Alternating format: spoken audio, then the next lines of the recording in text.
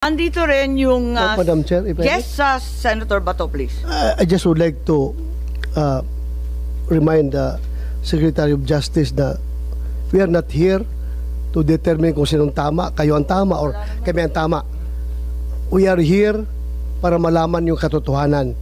Because somewhere along the way, alam namin may nagsisinungaling.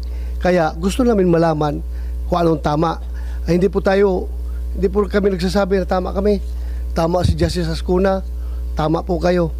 Yung katotohanan lang po ang ating kinukuha dito. So, Madam Chair, if I may, yung very clear man dito sa diffusion coming from ICC, sinabi dito, action to be taken, locate and arrest with a view to extradition.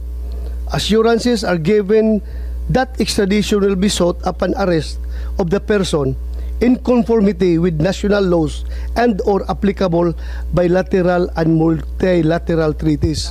Kaya tanungin ko sana si SOJ or yung PNP, bakit sabi ni SOJ kanina na extradition daw cannot be initiated by us, it should be initiated by the requesting party, either ICC or Interpol. Am I correct, sir?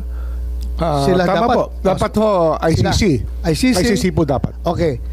So bakit Yun po yung sa extradition. Pero Yeah. surrender po sa atin po yun. Kaya nga, bakit wala man sinabi dito surrender?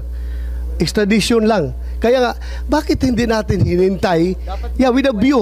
With a view to extradition, bakit hindi natin hinintay yung ICC na mag-initiate ng extradition laban kay Pangulong Duterte? Bakit binyahin na kagad natin doon sa Interpol?